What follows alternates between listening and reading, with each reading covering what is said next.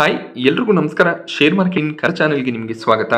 May 29ರ market ಅಪ್ಡೇಟ್ನ observe ಮಾಡೋದಾದ್ರೆ ಮತ್ತೆ ಮಾರ್ಕೆಟ್ನಲ್ಲಿ ಪಾಸಿಟಿವ್ ಸೈಡ್ ನೋಡೋದಕ್ಕೆ ಸಿಗ್ತದೆ. ಸಾಕಷ್ಟು ವೀಕ್ನೆಸ್ ನಿಫ್ಟಿಯಲ್ಲಿ ನೋಡೋದಕ್ಕೆ ಸಿಕ್ಕಿತ್ತು. 25,000 ಲೆವೆಲ್ನ ಕೆಳಗಡೆ ನಿಫ್ಟಿ ಹೋಗಿತ್ತು. ಈಗ ಸ್ವಲ್ಪ ರಿಕವರಿ ಬರ್ತಿದೆ. 24,800 ಮೇಲ್ಗಡೆ ನಿಫ್ಟಿ ಟ್ರೇಡ್ ಆಗ್ತಿದೆ. 81 ಪಾಯಿಂಟ್ಗಳ ಜಂಪ್ ಇವತ್ತು ನಿಫ್ಟಿಯಲ್ಲಿ ನೋಡೋದಕ್ಕೆ ಸಿಕ್ತು. ಸೆನ್ಸೆಕ್ಸ್ ಕೂಡ 320 ಪಾಯಿಂಟ್ಗಳಷ್ಟು ಗೇನ್ ಆಗಿದೆ. ಬ್ಯಾಂಕ್ ನಿಫ್ಟಿಯಲ್ಲಿ ಕೂಡ 129 ಪಾಯಿಂಟ್ಗಳ ಜಂಪ್ ನೋಡೋದಕ್ಕೆ ಸಿಗ್ತದೆ. ಸೊ ಮಾರ್ಕೆಟ್ನ ರಿವರ್ಸಲ್ಗೆ ಒಂದು ರೀಸನ್ US ಟ್ರೇಡ್ ಕೋರ್ಟ್ನ ಕಡೆಯಿಂದ ಬಂದಂಥ ಒಂದು ಡಿಸಿಷನ್ ಆಗಿರುತ್ತೆ. ಸೊ ಟ್ರಂಪ್ ಅವರೇನು ಬೇರೆ ಕಂಟ್ರಿಗಳ ಮೇಲೆ ಟ್ಯಾರಿಫ್ಸ್ ಅನ್ನ ಅಪ್ಲೈ ಮಾಡ್ತಿದ್ದಾರೆ, ಇದನ್ನ US ಟ್ರೇಡ್ ಕೋರ್ಟ್ ಈಗ ತಡೆದಿದ್ದಾರೆ. ಸೊ ಟ್ರಂಪ್ ಅವರು ಟ್ಯಾರಿಫ್ಸ್ ಗಳನ್ನೇನು ಅಪ್ಲೈ ಮಾಡ್ತಿದ್ದಾರೆ ಅದರಲ್ಲಿ ಹೆಚ್ಚಿನ ದೇಶಗಳು ಯುಎಸ್ಗೆನೆ ಹೆಚ್ಚಿನ ಪ್ರಾಡಕ್ಟ್ಸ್ ಗಳನ್ನ ಸೆಲ್ ಮಾಡ್ತಾರೆ. US ನಿಂದ ಪ್ರಾಡಕ್ಟ್ ಬೈ ಮಾಡ್ತಿರೋರು ಕಡಿಮೆ. ಆದ್ರಿಂದ ಟ್ರಂಪ್ ಅವರ ಈ ಒಂದು ಡಿಸಿಷನ್ ಏನಿದೆ ಯುಎಸ್ಗೆ ಅಷ್ಟಾಗೇನು ಪಾಸಿಟಿವ್ ಆಗೋದಿಲ್ಲ ಅನ್ನೋದು US ಟ್ರೇಡ್ ಕೋರ್ಟ್ನ ಒಂದು ವ್ಯೂ ಆಗಿರುತ್ತೆ. ಸೊ ಈ ರೀತಿಯ ಡಿಸಿಷನ್ಸ್ಗಳನ್ನ ಯುಎಸ್ನ ಕಾನ್ಸ್ಟಿಟ್ಯೂಷನ್ ಕಾಂಗ್ರೆಸ್ ಡಿಸೈಡ್ ಮಾಡಬೇಕಾಗುತ್ತೆ. ಕಾಂಗ್ರೆಸ್ ಅಂದಾಗ ಯುಎಸ್ನಲ್ಲಿ 50 ಸ್ಟೇಟ್ಸ್ ಇದೆ. ಸೊ ಪ್ರತಿಯೊಂದು ಸ್ಟೇಟ್ನಲ್ಲಿ ಸೆನೆಟ್ ಇರುತ್ತೆ, ಅದಕ್ಕೆ ಒಬ್ಬ ಮೇಯರ್ ರೀತಿಯ ವ್ಯಕ್ತಿ ಇರ್ತಾರೆ. 50 ಸ್ಟೇಟ್ನ ಮೇಯರ್ಸ್ಗಳು ಸೇರಿ ಒಂದು ಡಿಸಿಷನ್ಗೆ ಬರಬೇಕಾಗುತ್ತೆ. ಸೊ ಅದಾದ್ಮೇಲೆ ಇಂಪೋರ್ಟ್ ಡ್ಯೂಟಿ, ಟ್ಯಾರಿಫ್ಸ್ ಇದರ ಬಗ್ಗೆ ಡಿಸಿಷನ್ ಬರಬೇಕಾಗುತ್ತೆ.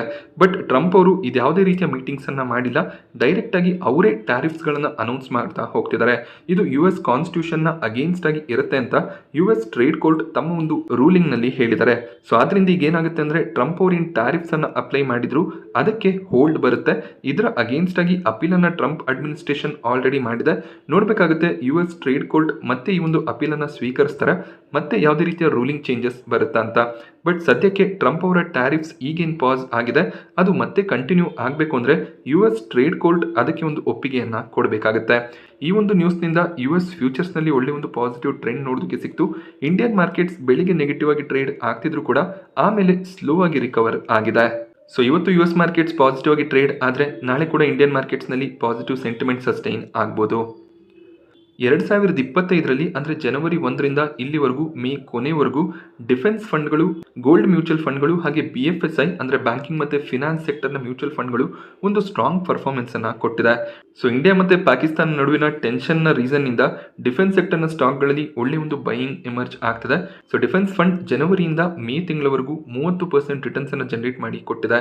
ಹಾಗೆಯೇ ಗೋಲ್ಡ್ ಫಂಡ್ಸ್ 24% ರಿಟರ್ನ್ಸ್ ಅನ್ನು ಜನರೇಟ್ ಮಾಡಿ ಕೊಡ್ತಾ ಇದೆ. ಗೋಲ್ಡ್ ಪ್ರೈಸ್ ನಲ್ಲಿ ಕೂಡ ಸಾಕಷ್ಟು ಮೊಮೆಂಟಮ್ ಇರೋದ್ರಿಂದ ಗೋಲ್ಡ್ ಫಂಡ್ಸ್ ಕೂಡ ಸ್ಟ್ರಾಂಗ್ ಆಗಿ ಪರ್ಫಾರ್ಮ್ ಮಾಡ್ತಿದೆ. ಸೊ ಮೂರನೇ ಸ್ಥಾನದಲ್ಲಿ ಸಿಲ್ವರ್ ಫಂಡ್ಸ್ ಇದೆ. ಅಂದ್ರೆ ಈ 5 ತಿಂಗಳಲ್ಲಿ ಸಿಲ್ವರ್ ಫಂಡ್ಸ್ 12% ರಿಟರ್ನ್ಸ್ ಅನ್ನು ಜನರೇಟ್ ಮಾಡಿ ಕೊಟ್ಟಿದೆ. ಅದಾದ್ಮೇಲೆ BFSI ಬ್ಯಾಂಕ್ ಫಂಡ್ಸ್ ನೋಡೋದಕ್ಕೆ ಸಿಗುತ್ತೆ. ಬೇರೆಲ್ಲ ಸೆಕ್ಟರ್ಗಳು ಅಷ್ಟು ಸ್ಟ್ರಾಂಗ್ ರಿಟರ್ನ್ಸ್ ಅನ್ನು ಜನರೇಟ್ ಮಾಡಿ ಕೊಟ್ಟಿಲ್ಲ. 2025ರಲ್ಲಿ ಮಾರ್ಕೆಟ್ನಲ್ಲಿ ಸಾಕಷ್ಟು ವೀಕ್ನೆಸ್ ಇತ್ತು. ಆ ವೀಕ್ನೆಸ್ನ ರೀಸನ್ ಇಂದ ಕೆಲವೊಂದಿಷ್ಟು ಫಂಡ್ಗಳು ಅಷ್ಟು ಸ್ಟ್ರಾಂಗ್ ಆಗಿ ಪರ್ಫಾರ್ಮ್ ಮಾಡ್ತಿಲ್ಲ. ಇದು ಸೆಕ್ಟೋರಿಯಲ್ ಫಂಡ್ಸ್ ಆಗಿರುತ್ತೆ. ಸೊ ನೀವು over all small cap, mid cap, flexi cap ನಲ್ಲಿ ಇನ್ವೆಸ್ಟ್ಮೆಂಟ್ ಅನ್ನು ಮಾಡ್ತಿದ್ರೆ ಆ ಫಂಡ್ಗಳಲ್ಲಿ ಈ ಕ್ಯಾಟಗರಿಯ ಸ್ಟಾಕ್ಸ್ ಇದ್ದಾಗ ಓವರ್ ಆಲ್ ನಿಮ್ಮ ಮ್ಯೂಚುವಲ್ ಫಂಡ್ ಪೋರ್ಟ್ಫೋಲಿಯೋ ಸ್ಟ್ರಾಂಗ್ ಆಗಿ ಇರುತ್ತೆ. ನಿಫ್ಟಿಯ ಟಾಪ್ ಗೇನರ್ಸ್ ಮತ್ತು ಲೂಸರ್ಸ್ ಅನ್ನು ಅಬ್ಸರ್ವ್ ಮಾಡಿದಾಗ ಇಂಡಸ್ಇಂಡ್ ಬ್ಯಾಂಕ್ ಇವತ್ತು ಟಾಪ್ ಗೇನರ್ ಆಗಿತ್ತು. 2.5% jump IndusInd bank stock price ನಲ್ಲಿ ನೋಡೋದಕ್ಕೆ ಸಿಕ್ಕಿದೆ.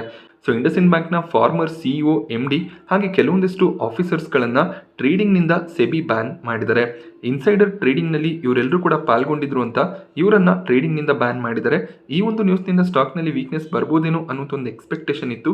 ಸೊ CEO ಮತ್ತು MD ಆಲ್ರೆಡಿ ತಮ್ಮ ಪೊಸಿಷನ್ಗೆ ರೆಸಿಗ್ನೇಷನ್ ಅನ್ನು ಕೊಟ್ಟಿದ್ದಾರೆ. ಬಟ್ ಕೆಲವೊಂದಿಷ್ಟು ಆಫೀಸರ್ಸ್ಗಳು ಇನ್ನೂ ಕೂಡ ಬೋರ್ಡ್ನ ಮೆಂಬರ್ಸ್ ಆಗಿದ್ದಾರೆ. ಅವರ ಮೇಲೆ ಬ್ಯಾನ್ ಬಂದಿರೋದು ಎಲ್ಲೋ ಒಂದು ಕಡೆ ನೆಗೆಟಿವ್ ಆಗ್ಬೋದು ಅನ್ನೋದು ಒಂದು ಒಪಿನಿಯನ್ ಇತ್ತು. ಬಟ್ ಸ್ಟಾಕ್ ಇವತ್ತು ಪಾಸಿಟಿವ್ ಆಗಿ ರಿಯಾಕ್ಟ್ ಮಾಡಿದೆ. ಸನ್ಫಾರ್ಮಾ ಕೂಡ 2% ಗೇನ್ ಆಯಿತು. ಅದಾನಿ ಪೋರ್ಟ್ಸ್ ಝೊಮ್ಯಾಟೊನಲ್ಲಿ ಕೂಡ 2% ಜಂಪ್ ನೋಡೋದಕ್ಕೆ ಸಿಗ್ತದೆ. ಟ್ರೆಂಡ್ ಕೂಡ ಆಲ್ಮೋಸ್ಟ್ 2% ಇವತ್ತು ಗೇನ್ ಆಗಿದೆ. ಟಾಪ್ ಲೂಸರ್ಸ್ ಲಿಸ್ಟ್ನಲ್ಲಿ HDFC ಲೈಫ್ ನೋಡೋದಕ್ಕೆ ಸಿಕ್ತು. 1% ಕರೆಕ್ಷನ್ HDFC ಲೈಫಲ್ಲಿ ನೋಡೋದಕ್ಕೆ ಸಿಕ್ಕಿದೆ. ಟಾಟಾ ಕನ್ಸ್ಯೂಮರ್ ಪ್ರಾಡಕ್ಟ್ ಕೂಡ 1% ಕರೆಕ್ಟ್ ಆಯಿತು. BL ಸ್ಟಾಕ್ ಪ್ರೈಸ್ನಲ್ಲಿ ಸ್ಟ್ರಾಂಗ್ ಮೊಮೆಂಟಮ್ ಇತ್ತು. ಸ್ವಲ್ಪ ಪ್ರಾಫಿಟ್ ಬುಕಿಂಗ್ ಹೈಯರ್ ಲೆವೆಲ್ನಲ್ಲಿ ಬಂದಿದೆ. ಹಾಗೆ ಜಿಯೋ ಫಿನಾನ್ಷಿಯಲ್ಸ್ ನಿನ್ನೆ AMC ಬಿಸ್ನೆಸ್ಗೆ ಅಪ್ರೂವಲ್ ಸಿಕ್ಕಿರೋ ರೀಸನ್ನಿಂದ ಗೇನ್ ಆಗಿತ್ತು. ಇಲ್ಲೂ ಕೂಡ ಅಷ್ಟೇ ಹೈಯರ್ ಲೆವೆಲ್ನಿಂದ ಸ್ವಲ್ಪ ಪ್ರಾಫಿಟ್ ಬುಕಿಂಗ್ ಬರ್ತಿದೆ. ಬಜಾಜ್ ಫಿನಾನ್ಸಲ್ಲಿ ಕೂಡ ಸ್ವಲ್ಪ ಪ್ರಾಫಿಟ್ ಬುಕಿಂಗ್ ಬಂದಿದೆ. ಬಜಾಜ್ ಆಟೋ ತಮ್ಮ Q4 ರಿಸಲ್ಟ್ಸ್ ಅನ್ನು ಡಿಕ್ಲೇರ್ ಮಾಡಿದರೆ ಇವರ profits year on year 6% increase ಆಗಿದೆ. 2049 ಕೋಟಿ ಪ್ರಾಫಿಟ್ಸ್ ಈ ಒಂದು ಕ್ವಾರ್ಟರ್ನಲ್ಲಿ ನೋಡೋದಕ್ಕೆ ಸಿಕ್ಕಿದೆ. ಲಾಸ್ಟ್ ಕ್ವಾರ್ಟರ್ನಲ್ಲಿ 2109 ಕೋಟಿಯ ಪ್ರಾಫಿಟ್ಸ್ ನೋಡೋದಕ್ಕೆ ಸಿಕ್ಕಿತ್ತು.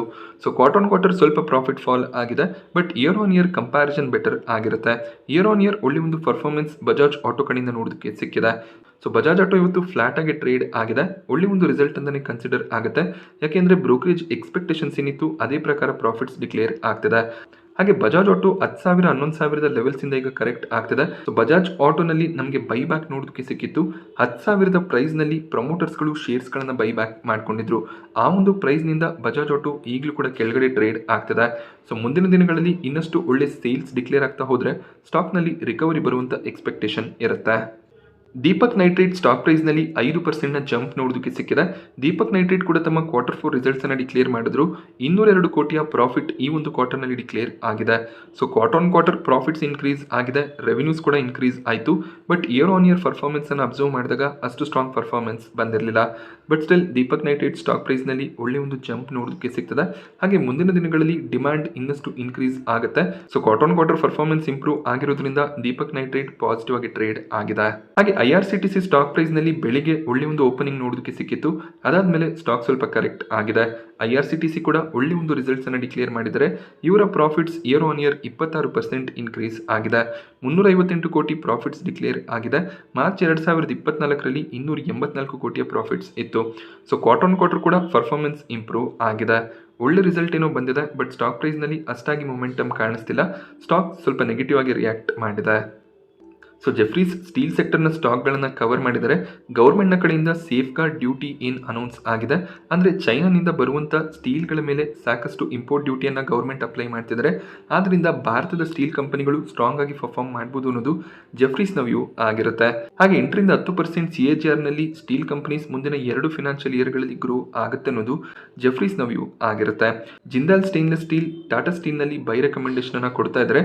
ಹಾಗೆ ಕೋಲ್ ಇಂಡಿಯಾ ಸ್ಟಾಕನ್ನು ಕೂಡ ಇವರು ಕವರ್ ಮಾಡಿದ್ದು ಕೋಲ್ ಇಂಡಿಯಾನಲ್ಲಿ ಕೂಡ ಬೈ ರೆಕಮೆಂಡೇಶನ್ ಇದೆ. ICICI ಸೆಕ್ಯೂರಿಟೀಸ್ ತಮ್ಮ ಶೇರ್ಸ್ಗಳನ್ನು ಡಿಲಿಸ್ಟ್ ಮಾಡುವಂಥ ಪ್ಲಾನನ್ನು ಮಾಡಿದರು.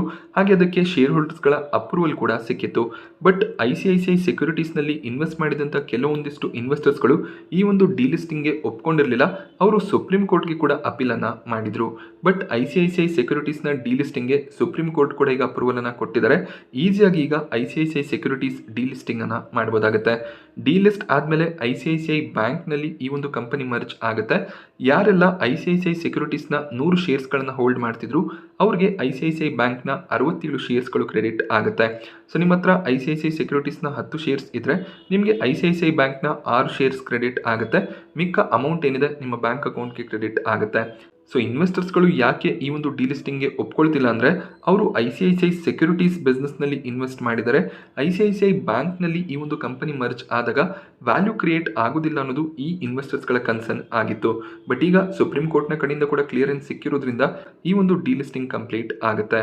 ಸೊ ರೆಗ್ಯುಲೇಟರಿ ಅಪ್ರೂವಲ್ ಕೂಡ ಆಲ್ರೆಡಿ ಸಿಕ್ಕಿದೆ. ವಾರ್ ಎನರ್ಜಿ ಸ್ಟಾಕ್ ಪ್ರೈಸ್ನಲ್ಲಿ 8% ಜಂಪ್ ನೋಡೋದಕ್ಕೆ ಸಿಕ್ತು.